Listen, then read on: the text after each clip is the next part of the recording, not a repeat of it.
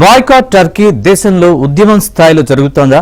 Boycott Turkey Azerbaijan అంటూ ప్రభుత్వం పిలుపునివ్వగలదా?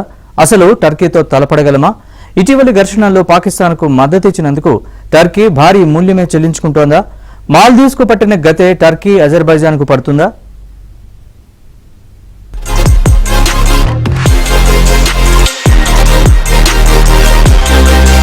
ఉగ్రవాదానికి ఊతమిస్తున్న rogue country Pakistan కు ఆపరేషన్ సింధూర్ సమయంలో ప్రపంచ దేశాలేమీ మద్దతు పలకలేదు. చైనా, బంగ్లాదేశ్ సంగతి పక్కన పెడితే టర్కీ, అజర్బైజాన్ సపోర్ట్ చేశాయి. అయితే మాల్దీవ్స్ సైతం ఇండియాపై విషం చిమ్మింది. మోదీ దెబ్బకు దారికొచ్చింది. మాల్దీవ్స్ బదులు లక్షద్వీప్ వెళ్లాలంటూ ఆయన పిలుపునివ్వడంతో లక్షల మంది టూర్స్ రద్దు చేసుకున్నారు.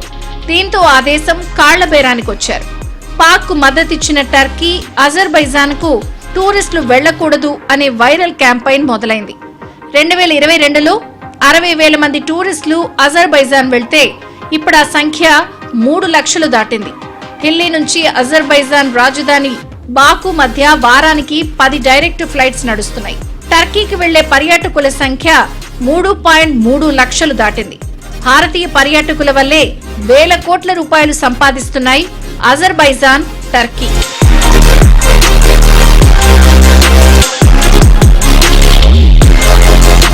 మన దేశంలో టర్కీ బాయ్కాట్ ఉద్యమం పెద్ద ఎత్తున జరుగుతోంది.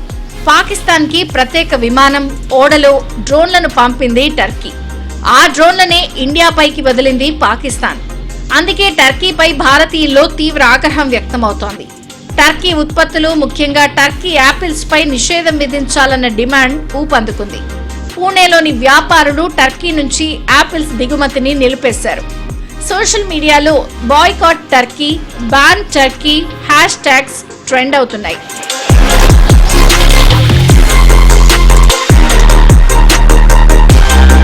ప్రముఖ ట్రావెల్ ఏజెన్సీలు EaseMyTrip, Ixigo, Cox and Kings సంస్థలు టర్కీ, అజర్బైజాన్ కు బుకింగ్లను నిలిపివేశాయి. గోవాలోని కొన్ని హోటల్ సర్వీసులు టర్కీ పౌరులకు వసతి సౌకర్యాలు నిరాకరిస్తున్నాయి. భారతీయ టూరిస్టుల వల్ల టర్కీకి దాదాపు 4,000 కోట్ల రూపాయల ఆదాయం వచ్చింది. 2023 భూకంపం సమయంలో టర్కీకి ఆపరేషన్ దోస్త్ ద్వారా సహాయం అందించింది భారత్. భారతీయులు రద్దు చేసిన ట్రిప్లను పునరుద్ధరించాలని టర్కీ టూరిజం డిపార్ట్మెంట్ ఇప్పటికే విజ్ఞప్తి చేసింది.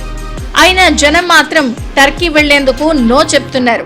ఇప్పటికే టర్కీ హోటళ్లు, విమాన సర్వీసులు, స్థానిక వ్యాపారాలపై ప్రభావం కనిపిస్తోంది. ఇప్పటికే బుక్ అయిన టూర్లలో 50% రద్దవడంతో టర్కీ ప్రభుత్వం ఆందోళన వ్యక్తం చేస్తోంది. అజర్బైజాన్ టూర్లు ఇంకా ఎక్కువ రద్దయ్యాయి.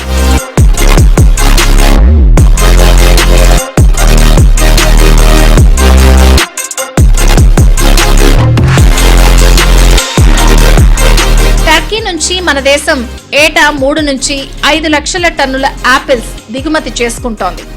ఇది 1,500 కోట్ల విలువైన వ్యాపారం. పూణే, బెంగళూరు లాంటి నగరాల్లో వ్యాపారులు ఈ దిగుమతులను నిలిపివేయడంతో టర్కీ యాపిల్ మార్కెట్ భారీ నష్టాలను చవిచూస్తున్నాయి. టర్కీ గ్రానైట్, మార్బుల్ వంటి రంగాలు ప్రభావితమవుతాయి.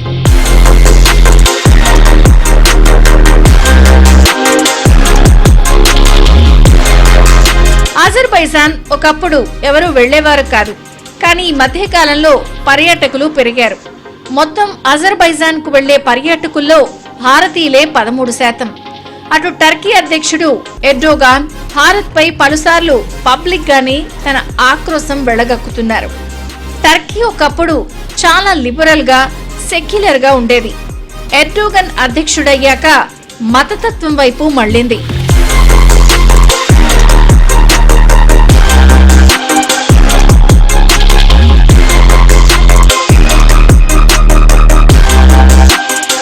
భారతీయులు బాయ్కాట్ టర్కీ అంటే ఆ దేశం భారీగా నష్టపోతుంది గాని ఆర్థిక వ్యవస్థ ఏమీ కుప్పకూలిపోదు. ప్రపంచంలో 16వ అతిపెద్ద ఆర్థిక వ్యవస్థ టర్కీది. 1.5 ట్రిలియన్ ఎకానమీ ఈ దేశం సొంతం. Emerging financial market. టర్కీ జీడీపీలో సేవలు 65%, పరిశ్రమ 27%, వ్యవసాయ రంగానికి 8% వాటా ఉంది. అజర్బైజాన్ ఆర్థిక వ్యవస్థ ప్రధానంగా చమురు, సహజ వాయువుపై ఆధారపడి ఉంది. ఎగుమతుల్లో 90% వాటాను చమురు, సహజ వాయువులే ఆక్రమిస్తాయి. వ్యవసాయం, పర్యాటకం, సమాచార సాంకేతిక రంగాలపై పెట్టుబడులను ఆహ్వానిస్తోంది. టర్కీతో పోలిస్తే అజర్బైజాన్ చాలా చిన్న దేశం. టర్కీలో 10వ వంతు ఉంటుంది.